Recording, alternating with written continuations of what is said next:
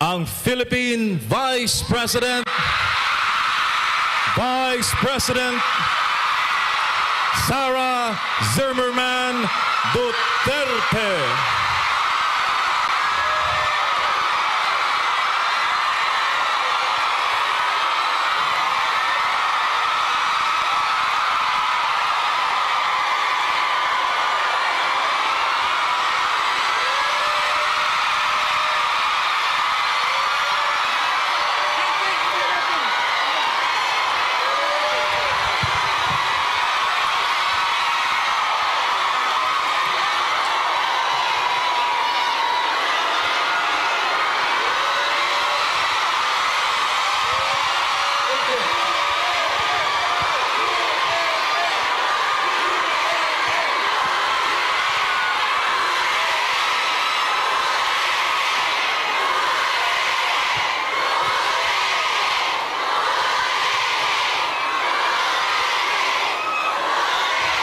Maraming salamat. Magandang umaga sa inyong lahat.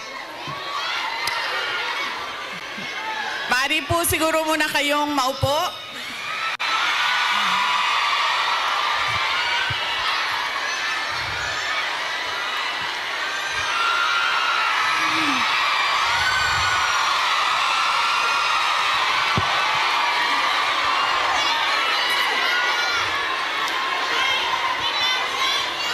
Maraming salamat. Mahal ko kayo.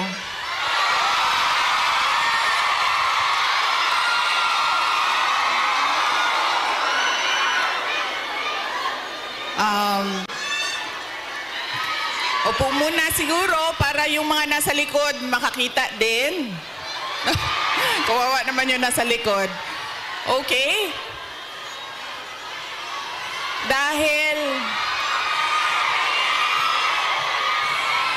Dahil kayo ay sumisigaw ng Duterte, suspended na kayo lahat bukas.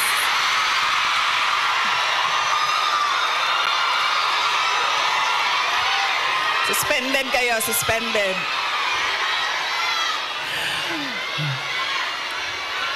Joke lang.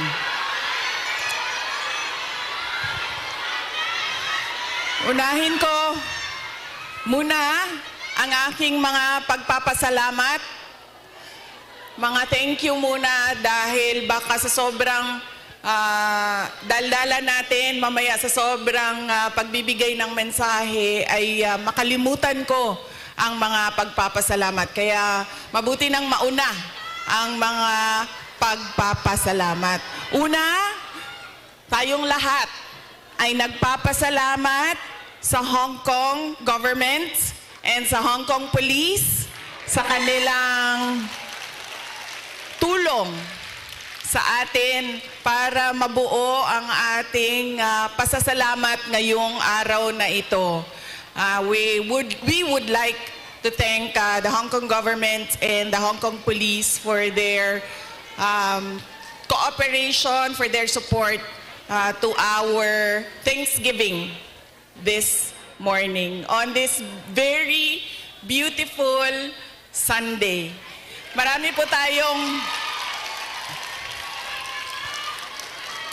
tayong mga kababayan na nandoon sa labas at lahat ng mga first timer na nakakita sa akin.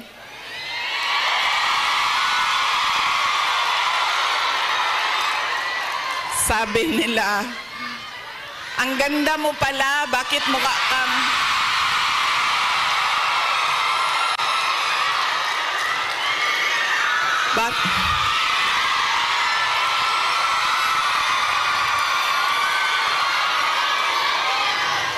Ay, Macau, hello! Maraming salamat. Okay. Sabi niya, ang ganda mo pala, bakit mukha kang...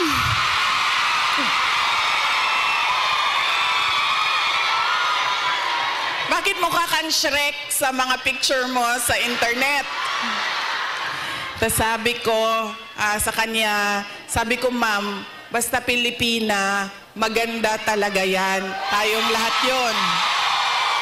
Now, hindi ko lang alam sa mga Pilipino, sa mga lalaki natin, pero sigurado ako sa mga Pilipina ay maganda. Dahil,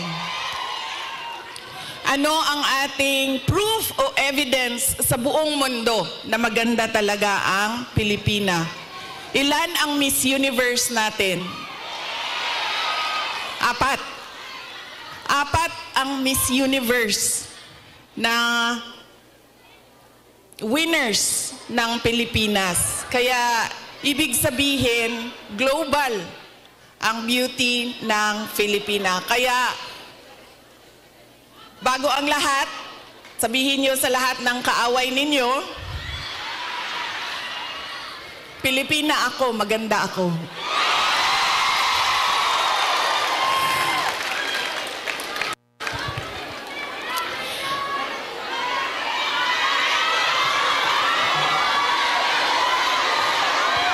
Sabi natin, diba? Para sa Diyos, para sa bayan, para sa bawat pamilyang Pilipino. Nauna, ang pasalamat ko sa Hong Kong government. Pero ang unang pasalamatan natin ay ang Diyos. Para sa araw na ito, para sa magandang araw na ito, at para sa oportunidad, pagkakataon na ibinigay niya sa atin na magsama-sama ngayong March 9 dito sa Hong Kong. Dinala niya tayo lahat dito para sa bayan. Yan po ang pagpapasalamat natin sa ating Diyos. Dahil binigyan niya tayo ng isang araw ulit na magising, mag-ayos, pumunta dito at pag-usapan ang Thanksgiving, pagpapasalamat at pag-usapan ang ating bayan. Ang sunod na pagpapasalamat ko ay hindi ko isa-isahin yung mga pangalan dahil baka may hindi ako mabanggit at magtampo. So, isa-isahin ko lang ang mga grupo na kailangan natin pagpasalamatan. Unahin ko muna ang Kingdom of Jesus Christ.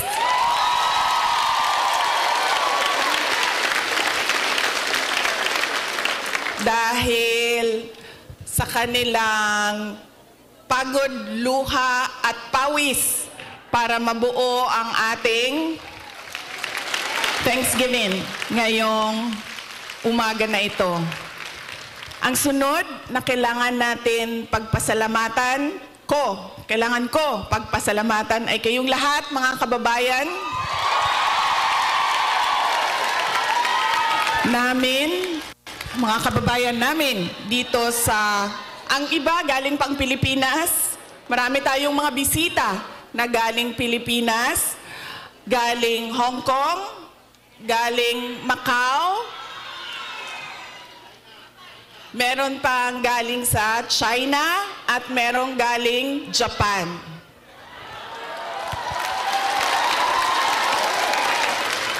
Maraming salamat sa inyo dahil ibinigay ninyo ang oras ninyo ngayong araw na ito. Madami sa inyo kailangan maglaba. Kailangan magplansya. Yes, mag-day off, pero kailangan niyo laban yung damit ninyo. Kailangan ninyo magpa-parlor kasi, 'di ba? Araw ito ng pagpahinga. Kailangan maglinis ng inyong bahay. Kailangan magpa-pedicure. Diba? Kailangan magpa-dentista dahil araw ito ng pagpahinga. So, kailangan ayusin lahat ang sarili. Ang para sa sarili. Pero, binigay ninyo ang oras ninyo at araw ninyo ngayong umaga na ito para sa atin. Kaya maraming salamat sa inyong lahat. At alam nyo, kanina habang naglalakad ako, kasi malapit lang kami, so naglakad lang kami. Ang ganda ng weather ninyo dito sa Hong Kong, no? nakakaganda siya ng kutis.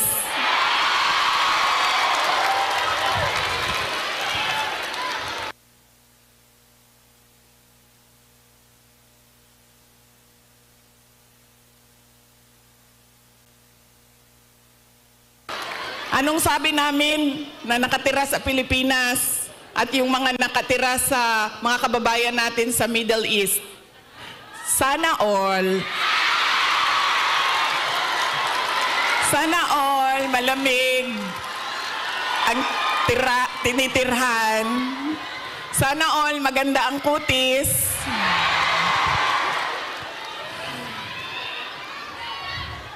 Kaya isa din yan sa dapat ninyong ipagpasalamat sa Diyos.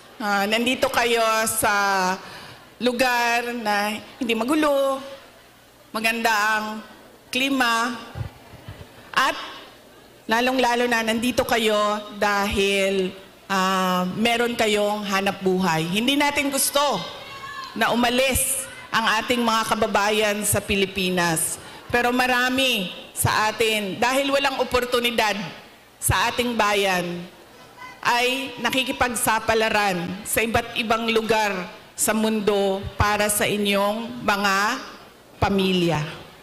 Kaya yun ang sunod natin na pagpasalamatan, yung ating mga mahal sa buhay. Bawat pamilyang Pilipino, kailangan natin magpasalamat sa kanila dahil binibigyan nila tayo ng lakas, sinusuportahan nila tayo, at tinutulungan nila tayo sa ating pakikipagsapalaran sa ibang lugar. Ayaw nila na umalis kayo, ayaw nyo rin na iwanan sila. Pero kailangan natin gawin dahil kailangan suportahan ang ating mga pamilya. Okay? Pagpapasalamat, ulitin ko sa Diyos, sa Hong Kong government, Hong Kong Police, sa KOJC, sa inyong lahat, mga kababayan namin na nandito, at syempre kailangan natin pasalamatan ang PDP laban. Parang tinanggal na ata nila ang laban, no? PDP na lang, no? Opo.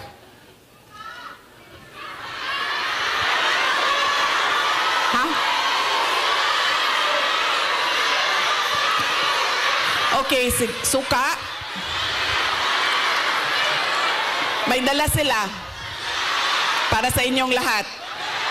Inutusan silang bumili ng suka. Nagdain taon silang sinamak. Sa gusto. Nagdala po sila og pinakurat. Kinsay gusto. Okay. Bagay na sa lechon Macau og pinakurat. Kaganina bitaw, naglakaw ko dito. Kanaganing, ay, sorry. Kanina, naglalakad ako doon. Yun bang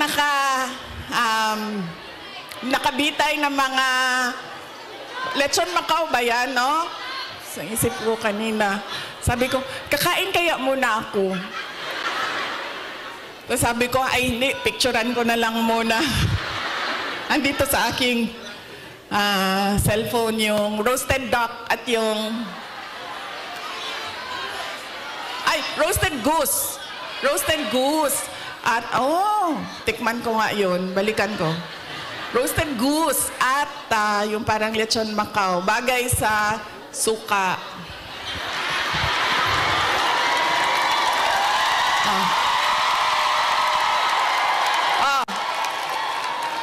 Ano pa ang bagay sa suka? May oras pa ba ako? Bigla na lang ako palisin dito. Ano pa ang bagay sa suka? Ang ating chorizo longganisa. Diba? Bulad. Chicharon. Mangga. Mangga at suka. Kinilaw.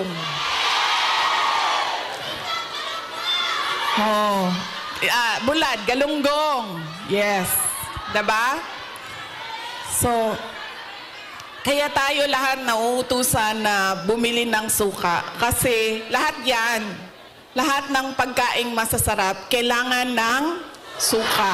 Alam niyo, wala sa listahan ko yung speech na suka na yan. Actually, wala ko listahan ng speech ko dahil matagal ako kagabi nag-decide kung pupunta ako dito sa Thanksgiving.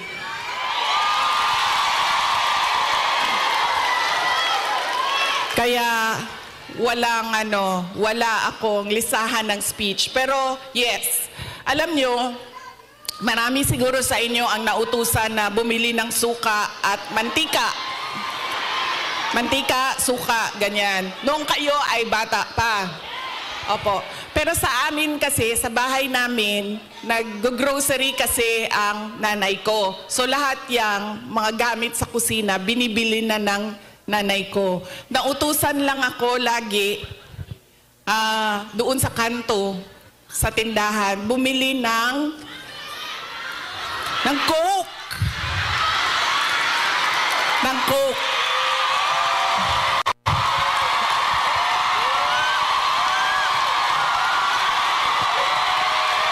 I'm sorry.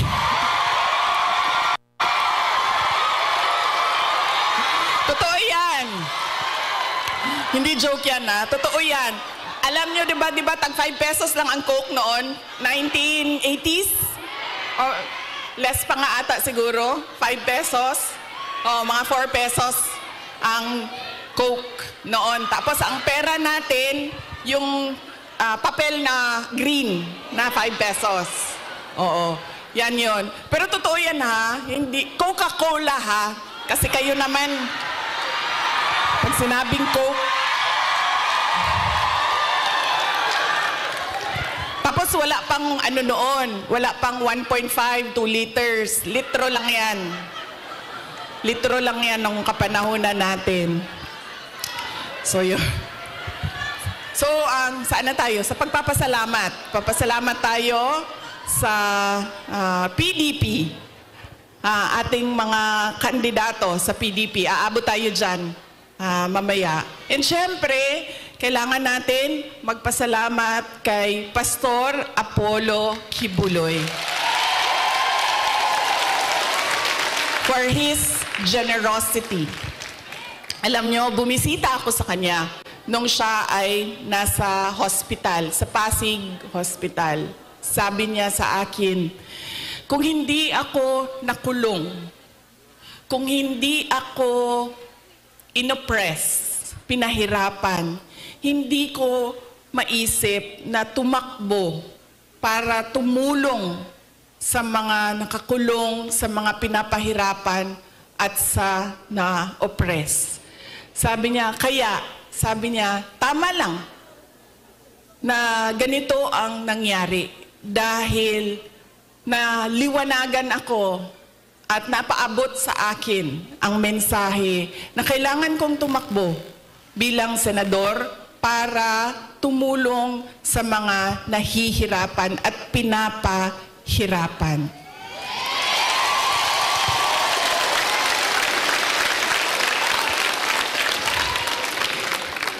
Sabi din niya sa akin, sabi niya, ikaw, kahit ano man ang sabihin man nila na kasalanan mo ang lahat ng ito, Inday Sara, sabihin man nila, kasalanan mo ito dahil hindi ka tumakbong Pangulo. Pero sabi niya, ayaw na.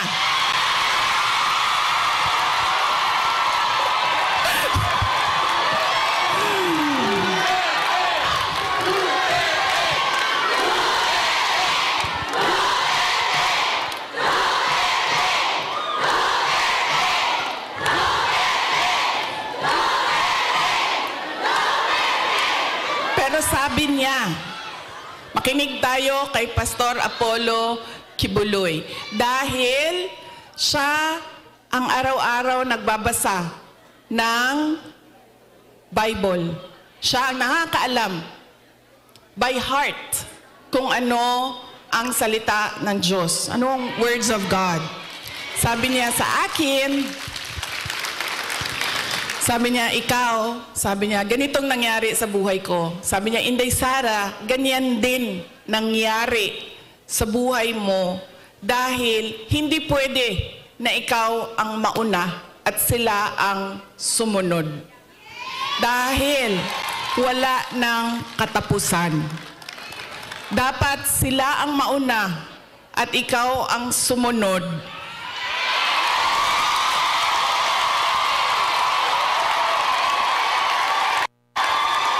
Para matigil na at hindi na paulit-ulit ang kahirapan sa ating bayan.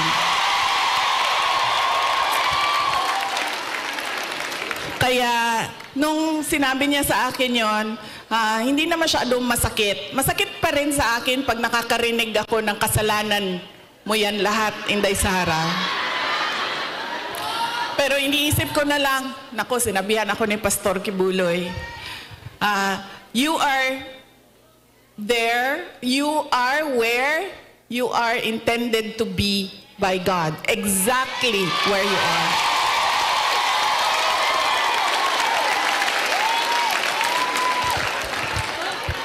So yaan po, hindi pa ako nangalahati sa pagpapasalamat ko kaya bilis-bilisan natin. Hanggang anong oras ba ako pwede, sir? Go lang daw. Go. Ay, hindi kami pwede mag-abot ni PRD kay kasabon na pud ko oton.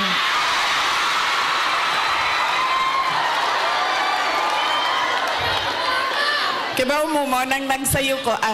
Tagalog din. Alam nyo, bakit ako nandito ng maaga? Gumising talaga ako ng maaga.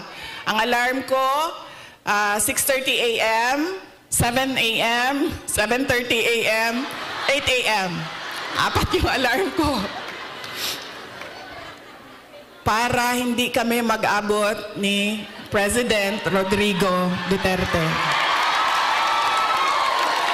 Kasi pagagalitan na naman niya ako sa mga pangyayari. No, hindi naman siya nagagalit. Actually, mabait. Kumalma na si PRD nung medyo nagka-edad na siya. Mahal ko kayo.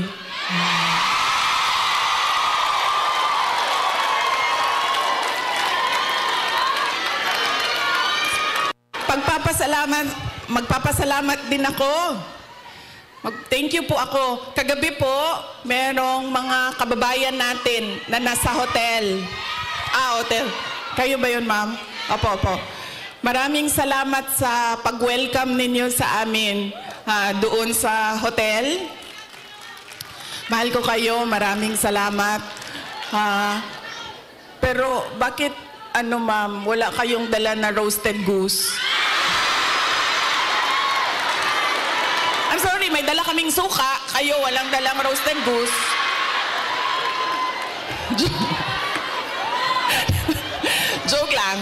Joke lang. Pero salamat Salamat sa pag-welcome ninyo sa amin doon. Sigurado ako na kahapon may kailangan din kayong gawin. Busy din yung oras ninyo. Pero pumunta kayo doon at winelcome nyo kami sa hotel. Maraming salamat sa inyo.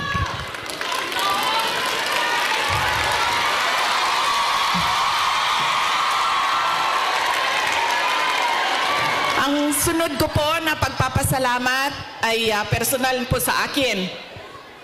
Para sa inyong lahat, mga kababayan namin dito sa China, sa Hong Kong, sa Macau, dahil noong 2016 ay nagkita-kita din tayo dito para sa pagpapasalamat, tapang at malasakit at suporta sa administrasyon ni Pangulong Duterte. Kaya papasalamat po ako dahil from 2016 hanggang 2025 ay nandyan pa rin kayo at nandito pa rin kayo para sa bayan. Maraming salamat. Sunod po ay personal pa rin ang pagpapasalamat ko sa inyong lahat, sa tulong ninyo, sa kampanya ninyo, sa suporta ninyo para sa akin at sa boto ninyo noong nakaraang halalan noong 2020. At sa susunod na halalan sa 2020, joke lang. Joke. Sandali lang. Sandali lang.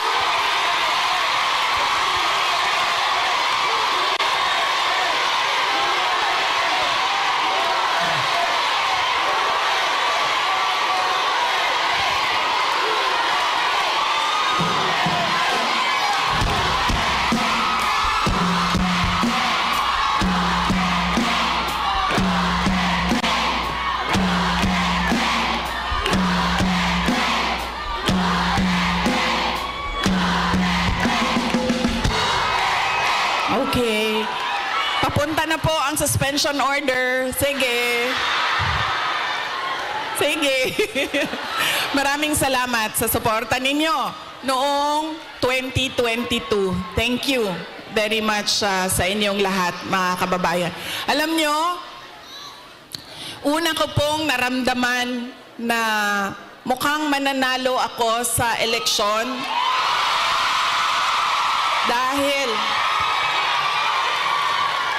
nakita ko ang overseas absentee voting results. Una siyang lumabas.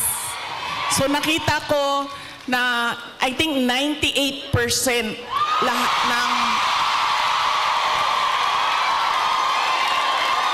ng OFW votes ay para sa akin. Kaya doon ko naramdaman na parang baka siguro manalo ako. Kaya maraming salamat sa inyo.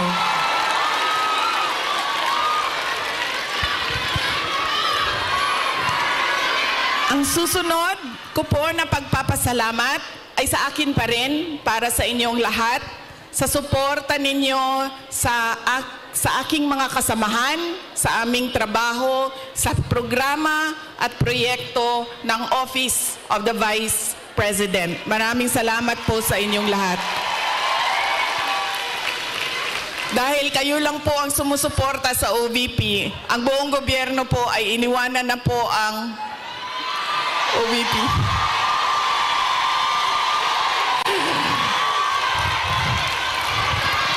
Maraming salamat. Yung satellite offices po namin sa iba't ibang lugar ay naningkamot. Ano sabihin naningkamot? Nagsisikap. Yung satellite offices po namin ay nagsisikap na mahanap yung mga geographically isolated and disadvantaged areas at hindi lang nakatuon sa National Capital Region. Kaya salamat po sa suporta ninyo sa Office of the Vice President. Ang susunod po na pagpapasalamat ko ay ang mahal ko kayo.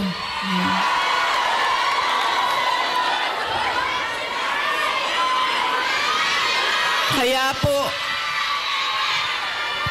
po hindi ako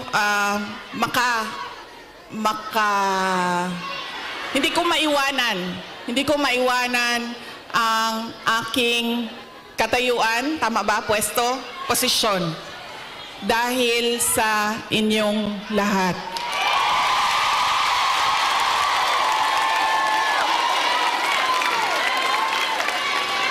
Ang sunod na pagpapasalamat ay mula po sa aming pamilya, ang pamilya Duterte. Napakalaki po ng utang na loob namin sa inyong lahat.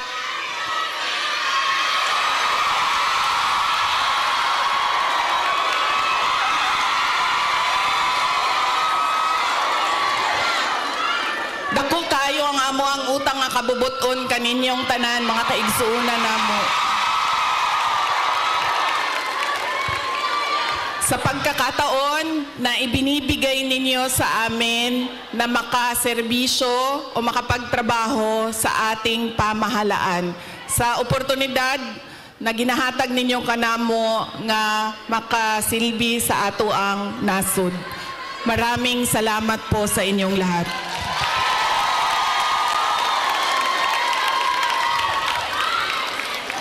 Okay, so yan na po ang aking mga pagpapasalamat. Meron pa ba akong hindi na Maraming salamat, ma'am. Ang sunod ay lilipat na po ako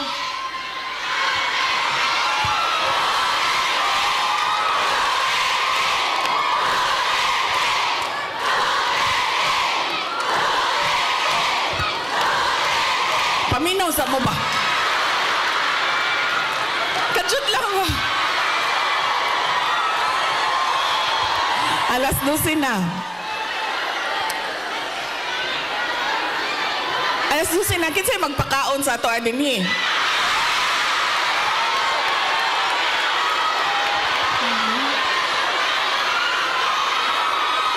May pagkaon? May Jollibee. May Jollibee daw, sabi ni ma'am.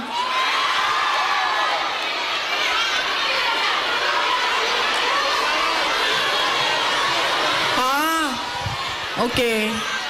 So, hindi daw tayo kakain lahat para sa bayan. Okay. Sige, okay lang. Kailangan ko din naman magpa-reduce, so okay lang.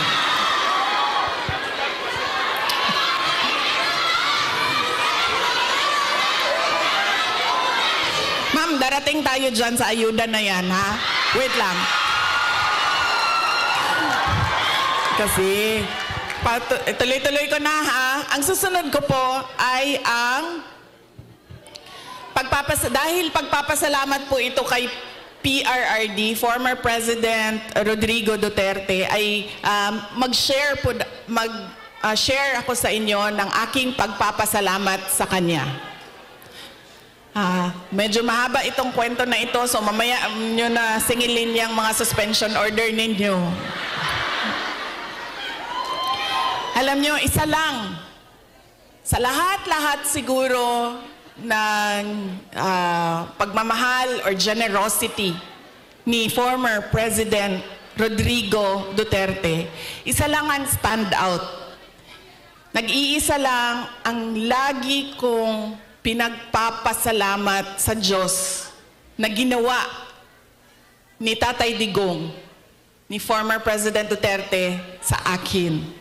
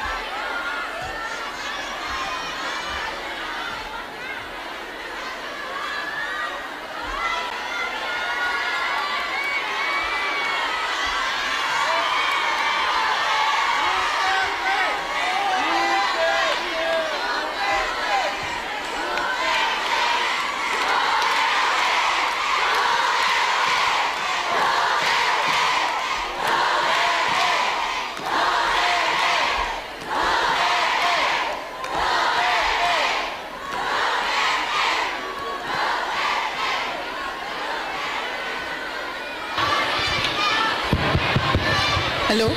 Okay na?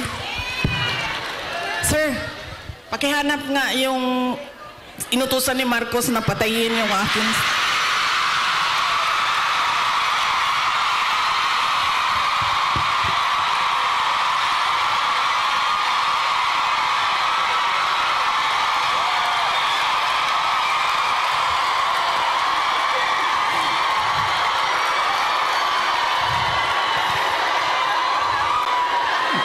Yan. Dahil sa mga ganyan, nakakasuhan ako eh. Malay natin, di ba? Baka may inutusan dyan.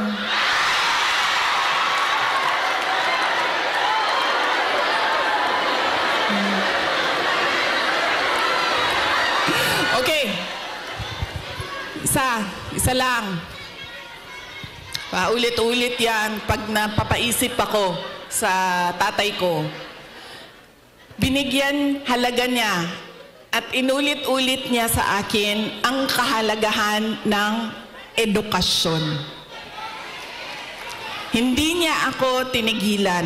Alam niyo, si PRD, yun pong mga nasa harap, kailangan niyo po umupo kasi hindi makakita yung nasa likod. Hindi siya tulad ng tatay ninyo na malambing, mapagmahal.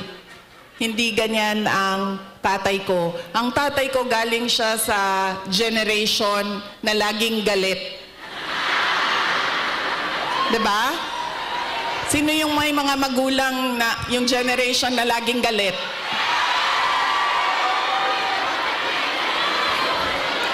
Yan. Galing dyan ang generation. Galing dyan ang tatay ko sa generation na yan. So, lagi siyang galit. So, sa akin, maalala ko, sinabi niya talaga sa akin, paulit-ulit habang ako ay lumalaki. Ikaw, sabi niya, hindi ka tao sa paningin ko. Napaisip ako noon, diba? Sabi ko, pusa o aso? Sabi niya, hindi ka tao sa paningin ko kung hindi ka abogado o doktor. Totoo yan. So, paulit-ulit niya yan na sinasabi sa akin. So, syempre, pag ikaw bata ka, diba? Papasok yan paulit-ulit dyan sa iyo. So, ako din, habang ako ay nag-aaral, nung ako ay lumalaki, nag-aaral ka, elementary, high school, napasok na sa isip ko. At 4 years old ha, hindi ko alam, baka sa tiyan pa lang sinasabihan na ako ng tatay ko, ikaw, hindi ka tao. Hindi ka. Kasi 4 years old pa lang, sa yearbook ko ng kindergarten, nakalagay doon, I want to be a pediatrician. Imagine nyo, hindi doktor ha, alam ko kung ano ang specialty ko. Sabi ko, I want to be a pediatrician. Andyan pa yan hanggang ngayon, ang yearbook na yan. Kaya, nung ako ay paulit-ulit yun, alam ko na magiging doktor ako. Alam ko na magiging doktor ako. Nung panahon na kailangan mag-apply ng entrance exam sa college, di ba? Kailangan natin mag-apply sa mga colleges and universities. Hindi nila alam, ng mga magulang ko, nag-apply ako sa University of the Philippines. Nung nag-apply ako sa University of the Philippines, syempre nilagay ko din naman yung science courses. Pero nilagyan ko din siya ng political science. Nung nakita ko ang result at nalaman ng mga magulang ko yung result, nakalagay doon, na-match ako na-waitlist ako sa political science. So sobrang excited ko. Hindi nila alam na gusto ko mag-college sa Manila. Kaya sikreto ako na nag-apply. Sobrang excited ko. Sabi ko sa mga magulang ko, pumasa ako ng UP. Pero political science kasi yung kurso. So sabi ko, gusto ko sana pumasok ng UP Diliman yun eh. UP Diliman. Tapos political science yung kurso. Sabi ng nag-wild. Naggalit si PRD. Sabi niya, di ba, sabi mo, simula nung bata ka pa, gusto mo maging doktor? Pre-med ba ang political science? Tapos sabi niya, hindi ka pwede pumasok ng University of the Philippines. Kahit saan man yan. Sabi niya, dahil kilala ko ang ugali mo. Anak kita. Alam ko kung anong ugali mo. Sabi niya, marirecruit ka lang ng makabayan. Aakyat ka. Totoo ito, sinabi niya. Aakyat ka ng bundok. Magiging NPA ka. Ikaw ang magiging head ng New People's Army. At ikaw ang makakalaban ko pagdating ng panahon. Kaya hindi ka pwede pumasok ng University of the Philippines. So sabi niya, pumili ka. Kahit anong paaralan dito sa Davao, pumili ka dyan. So sabi ko sa mama ko, Ma. So sabi ng mama ko, sige na lang, kasi sinabi mo man doktor, so mag-pre-med ka na lang. Okay. Nag-pre-med ako. Tapos, syempre, papunta akong doktor, so binilisan ko yon, natapos kaagad ako. And then, ito na. Mag-medicine na. Sobrang excited si President Duterte na magpapasok na ako ng medicine proper. Siya ang pumili ng paaralan. Siya ang pumili kung saan ako titira. Tapos, pumunta na lang siya sa akin at sinabi niya na, ayan na, may school ka na, na-enroll ka na, may bahay ka na, pumunta ka na lang doon ng ganitong date. So pumunta ako doon. Pagdating ko doon, kompleto na. May kama na ako, may washing machine, may refrigerator, may kotse pa. Ganyan siya ka-excited. Sige ma'am, ipa-adapt kita sa tatay ko. Huwag ka mag-alala. Ganyan siya ka-excited noong ako ay medicine na. Tapos, syempre, hindi naging successful yung aking pagpasok sa School of Medicine. Isang taon pa lang, 1 year, actually 1 sem pa lang. First sem pa lang, alam ko na parang fish out of water. Alam niyo yung, bakit madali para sa kanila, nahihirapan ako, sobra. Tapos dumating ang second sem na halos hindi na ako pumapasok. So kinabahan na ako.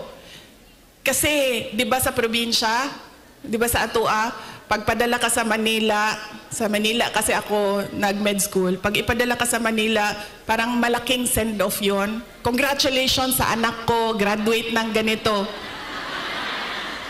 Congratulations at magiging doktor yan. Class off.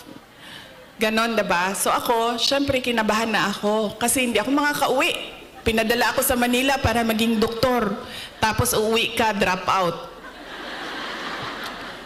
Nag-apply ako ng, naisip ko pa noon, nung pinag-iisipan ko ang kapalaran ko, sabi naman ng tatay ko, doktor daw o abogado. So dito na lang ako sa abogado.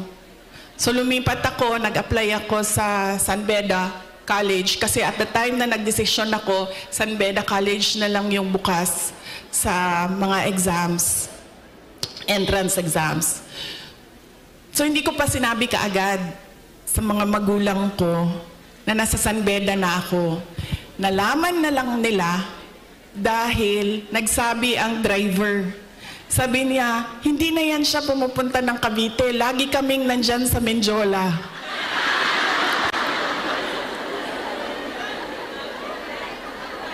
Nung nalaman niya na nasa law school ako, sobrang, I think mas masaya siya nung nalaman niya. Mas masaya siya, mas excited siya noong ikumpara ko nung papasok ako ng med school, nung nalaman niya na nag-apply na ako ng law school. Tapos, syempre sinabi ko sa inyo, di ba, hard love. Hard love yung generation ng parents natin, mga magulang natin. So,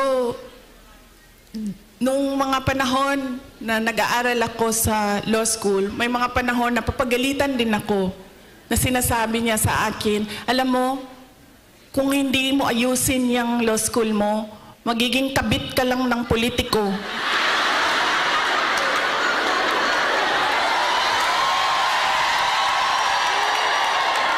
Ganyan. Ganyan siya kung, di ba pangit pakinggan sa atin?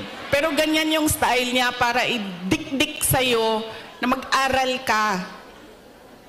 Tapos meron pang isang beses na sinabihan niya ako, alam mo, kung hindi ka mag-aral ng mabuti, magiging halaman ka lang dyan sa gilid.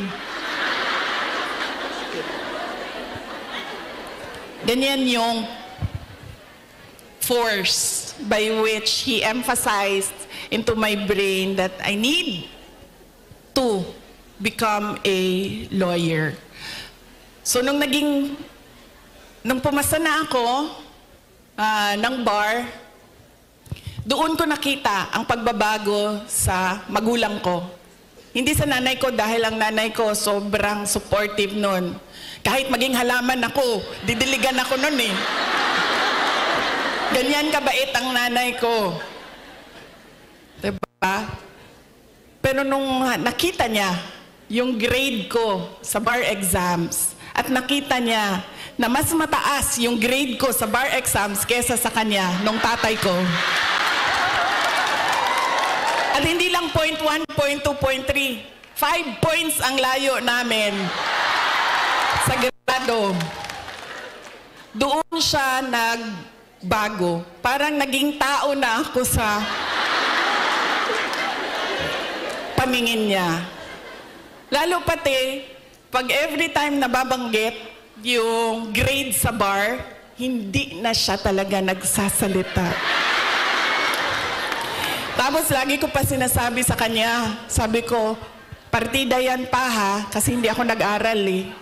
Kung nag-aral ako, top-notcher ako eh.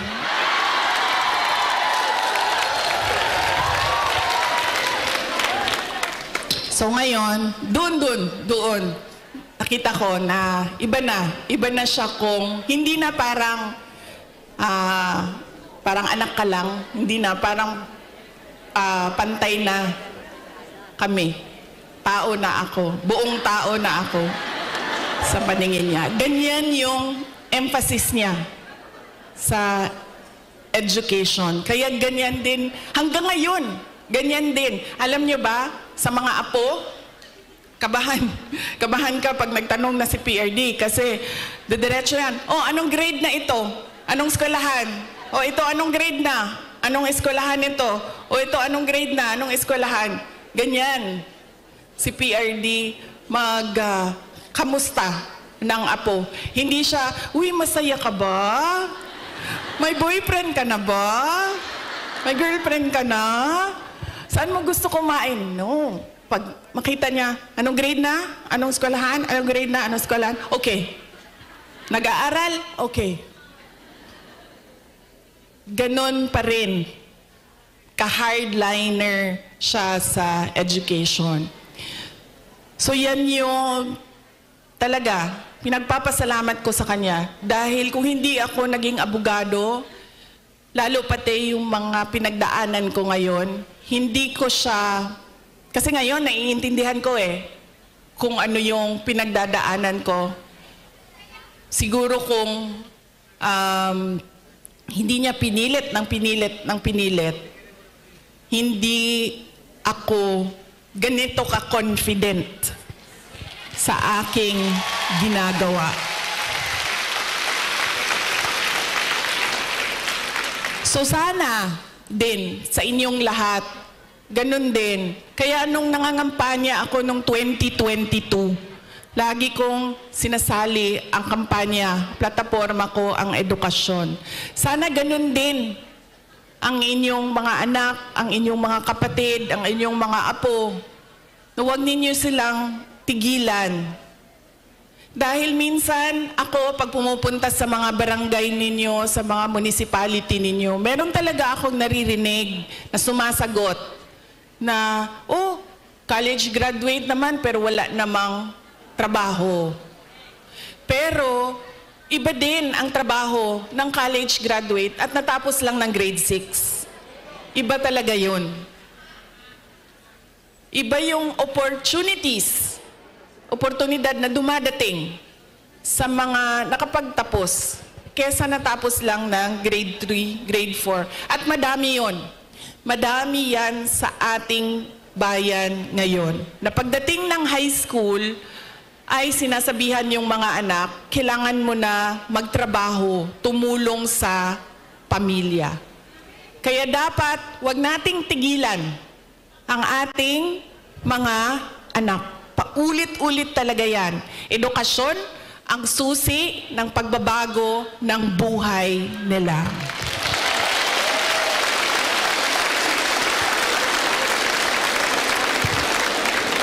Pagpapasalamat para kay PRRD para sa edukasyon. Ang susunod po ay ang pagpili natin ng kandidato sa 2025. Ngayong darating na buwan. Kay bao mo na tagam, nakakaon ba akong tagam atong 2022, no?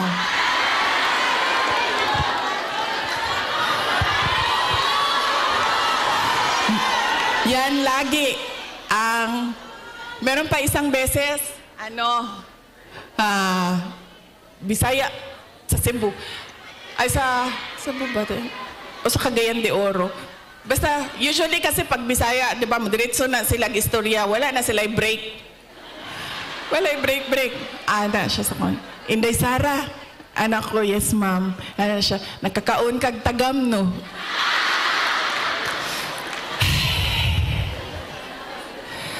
Ana na lang ko sa iya, ha. Sagdi na lang, ma'am. Basta ikaw, makakaon ka o sakto, okay na ko.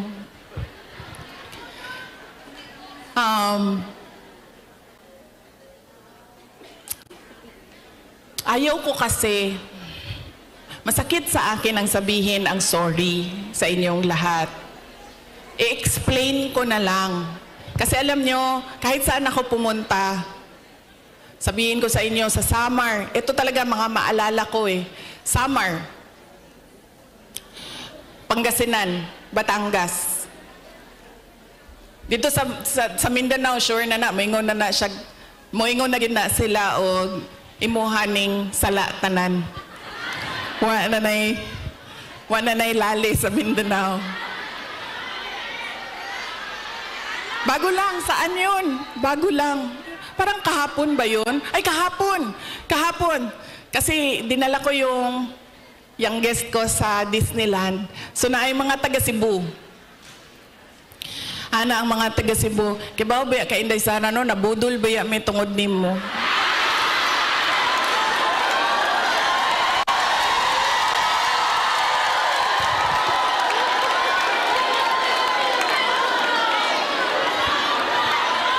Ang sa Samar, sabi sa akin, maalala ko yun. Kibaw ka, Inday Sara. Sabi na, Tagalog siya kay kanang waray man, ay, sanang waray man na sila dito, no? So nagtagalog siya sa ako. Sabi niya, alam mo, na-scam kami dahil sa iyo. Lalaki pa, ito siya niya, senior ba? So wa na lang yun ko ni ko, ana na lang ko, pasensya na sir. Pasensya na. So, akala ko kasi, ito na naman tayo sa maling akala.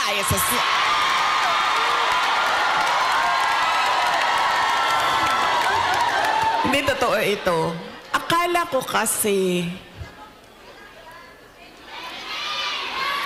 gusto niya ng mas magandang bayan, mas maayos na Pilipinas kung ano yung pinagdaanan natin noon. Kasi, ang plataforma namin nung tumakbo kami, unity at continuity.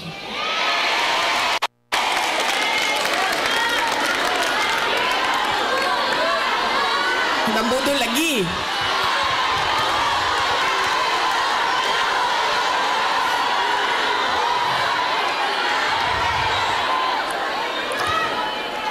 Kasi ako, sumusunod ako sa tatay ko. Ibig sabihin, sa trabaho ba? Sumusunod, hindi ako sumusunod sa tatay ko sa personal. Kaya nga ako nagtatago, di ba? Sumusunod ako sa trabaho. Nag-mayor siya.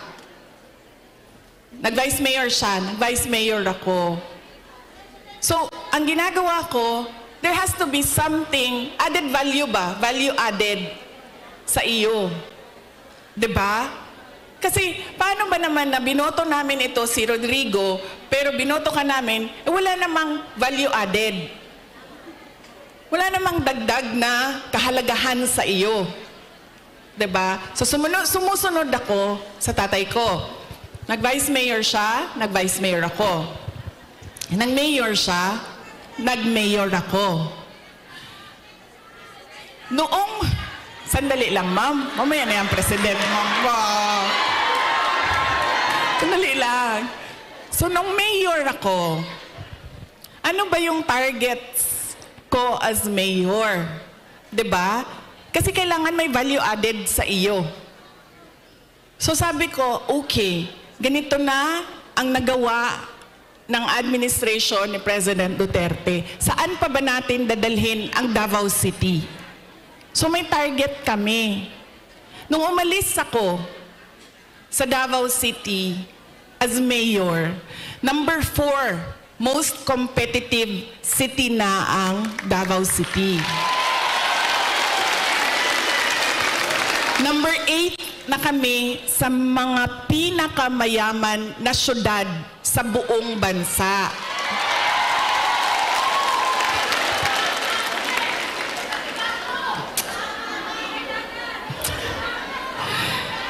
Insurgency-free na ang Davao City. Alam nyo, buong term ni PRD, hindi niya natapos talaga yung problema ng Pakibato.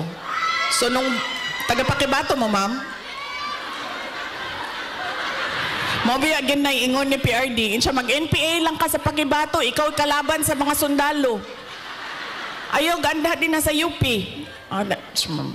Okay.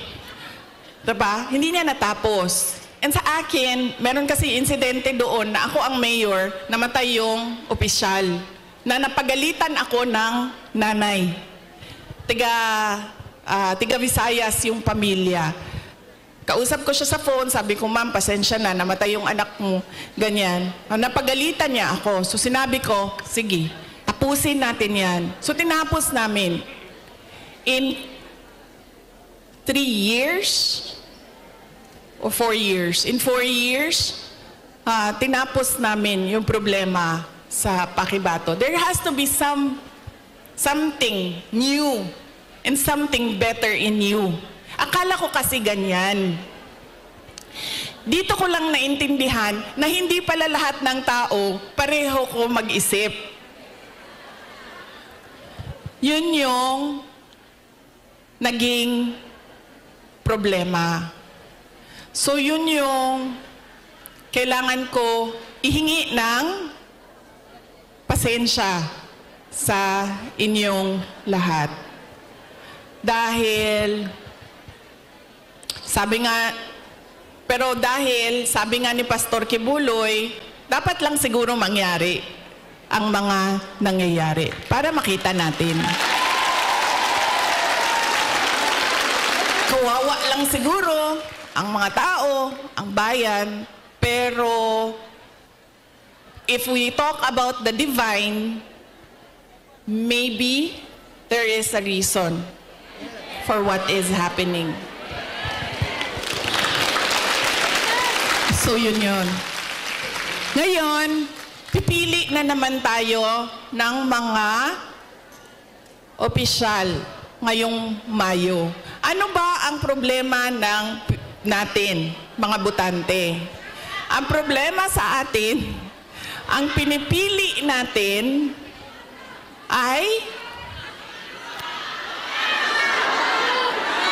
paulit-ulit ba? Pabalik-balik lang. Mahilig tayo sa sikat. Mahilig tayo sa magaling kumanta, sumayaw dito sa stage.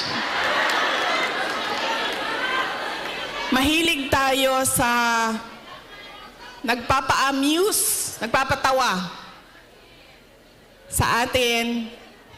At mahilig tayo sa hindi natin tinitingnan kung ano ba yung karakter, totoong karakter ng tao sa likod ng mukha niya sa TV. Ganyan tayo. Ang ugali ng mga Pilipinong botante. Kaya siguro dapat sa darating na halalan, pag-isipan na natin ang ating iboboto. Sabi ko nga sa inyo, nadala na ako, na-scam na ako, nabudol na ako. Hindi ako mag-endorso ng kandidato. Kasi baka pagkatapos ng eleksyon, sasabihin nyo na naman, na-scam ba yung Inday Sara dahil sa iyo? Ang gagawin ko para sa inyo, sasabihin ko, ano ba ang kailangan nating gawin as voter? Ano? Una, huwag natin ibenta ang boto natin.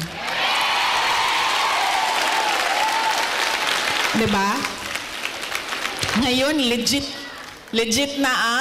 legitimate na ang vote buying. Nakatago siya sa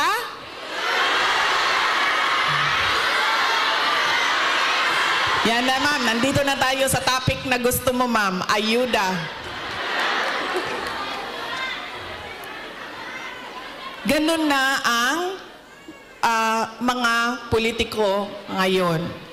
Bibigyan ko kayo ng example, ha, ng experience ko sa mga pagbibigay ng ayuda o vote buying. Noong barangay election na nakaraan, bago lang, tinanong ko yung isang kaibigan ko, ano bang ginagawa mo na suporta sa barangay candidates?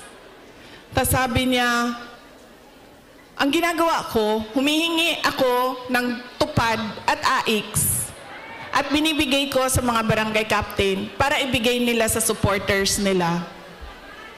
So sabi ko sa kanya, okay, hindi ko magawa na ganyan yung suporta na ibigay ko sa mga local barangay candidates. Pero totoo yan. Hindi man pinag-uusapan, pero totoo yan na nangyayari. Nakikita nyo yan. Nakikita nyo yan doon sa mga probinsya ninyo. Kaya ang una, huwag natin ibenta ang boto. Pangalawa, pag tumingin tayo ng kandidato, tingnan natin kung ano yung promises na ginawa niya o sinabi niya noon. Tapos, tingnan natin, binigay ba niya yung kanyang promise? Saan? Unsa sa Tagalog ng promise? Pangako sa'yo? Binigay ba niya ang pangako niya sa'yo? O iniwanan ka lang niya sa ere? At sumama sa iba?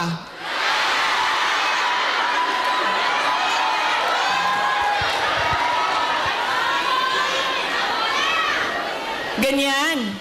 Ang pangalawa, na kailangan natin isipin. Itong kandidato na ito, paulit-ulit ko na to binoto, Ano ba sinabi nito noon? Ano bang nagawa niya? Ano bang rason niya? Bakit hindi niya nagawa? At ano yung mga totoong nakikita ko na nagawa na? Yan yung pangalawa. Pangatlo, ito talaga. Wala sa buong mundo ang makakakontra sa akin, kahit isa, nito. Dahil ako ay produkto din ng political dynasty. Galing ako sa pamilya ng mga politiko. Ang lolo ko, governor ng undivided Davao. Cabinet member ni Marcos Sr. Ang tatay ko, vice mayor, mayor, president. Mga kapatid ko, mga politiko din. Hindi dahil Duterte ang apelido ay iboboto na ninyo. Kailangan pag-isipan din natin. Duterte ito, pero ano ang maitutulong niya sa bayan? Ano ang magagawa niya para sa bayan? Kaya hindi pwede na pabalik-balik lang na apelido ang binoboto natin. Kailangan yung anak, yung apo, yung asawa, kapag tumayo sa harap ninyo, ay meron siyang sinasabi. Hindi yung tatayo siya at dahil Duterte siya, kakanta na lang siya para sa inyong lahat. Pangako sa'yo. Diba? Hindi pwede.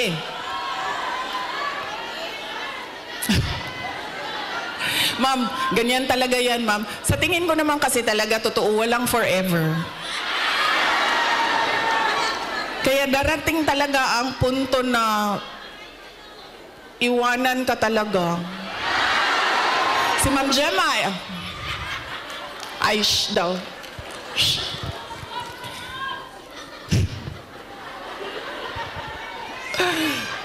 Diba? Hindi pwede yan. Hindi na pwede. Kasi yan yung ganun tayo dati. Oo, eto. Tinanong ko isang beses dito sa Manila, sa NCR. Tanong ko, Ma'am, sinong kandidato niyo sa mayor? Sabi niya, si ano, ganito, apelido.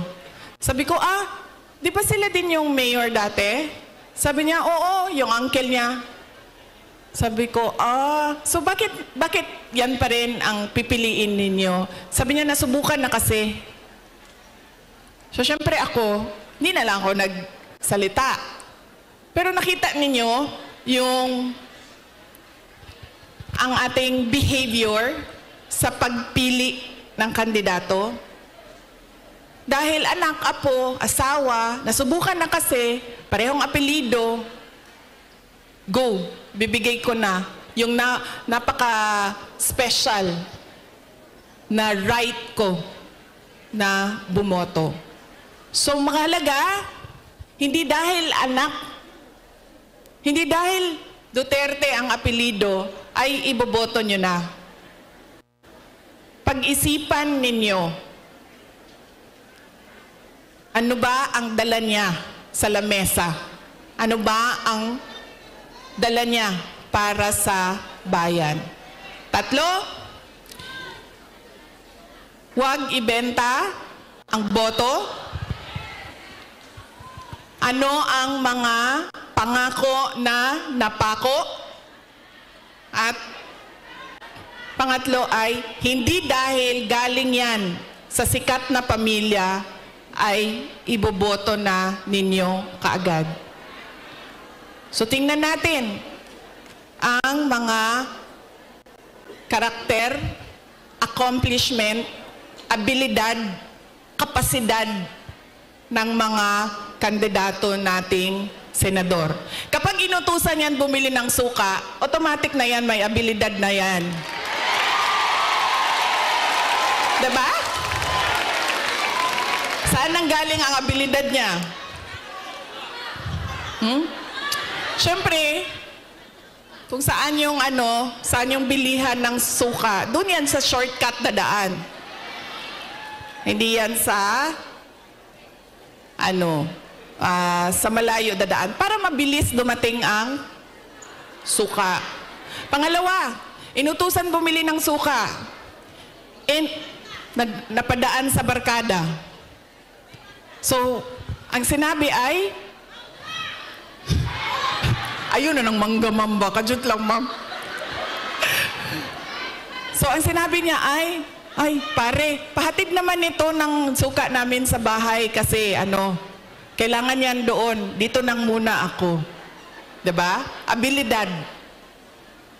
So, mahalaga yan. At kailangan natin pag-isipan itong eleksyon na ito. Kailangan natin baguhin ang ating pagpili ng kandidato. So yan, ang aking mensahe para sa inyong lahat ngayong araw na ito. Mensahe ng pagpapasalamat, mensahe ng edukasyon, at mensahe ng pagbabago kung paano tayo pumili ng ating mga senador.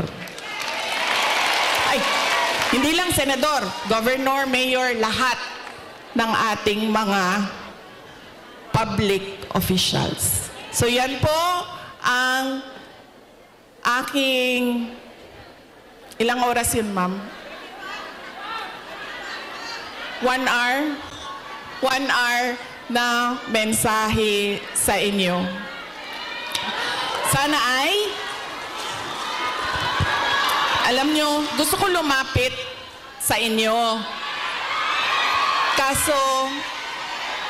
Kasi gusto ko personal yung pagpapasalamat. Kaso pwede ba na wag tayo magkagulo? Kasi kanina sa labas, nasisigawan na ako ng pulis. Nasisigawan na niya ako kasi medyo nagkakagulo kami doon sa picture taking namin sa labas. So, pwede ba ako mag-hello lang, hello sa inyo? Tapos, wag lang tayo magkagulo kasi baka palayasin tayo dito. Ulitin ko, maraming salamat, magandang tanghali sa inyong lahat. Dagan salamat, maayong udto sa inyong tanan. Maraming salamat, Vice President Sara Duterte.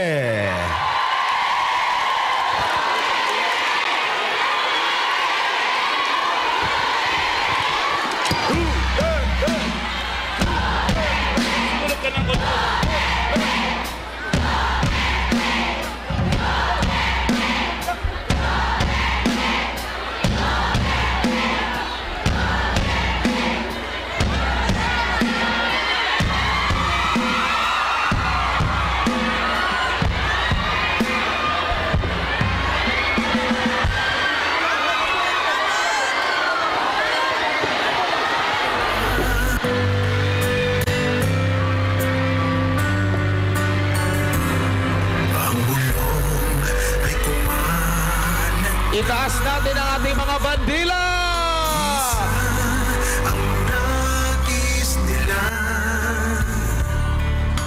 Huwag lang po tayo magkagulo. Antayin na lang po natin. Napupunta po sa inyong mga lugar si Vice President Sara Duterte. Huwag po nating dumugin. Pilipinas, Duterte pa rin ang tunay na nagmamahal sa atin. Laban niya ay laban natin. Pilipinas, Duterte pa rin.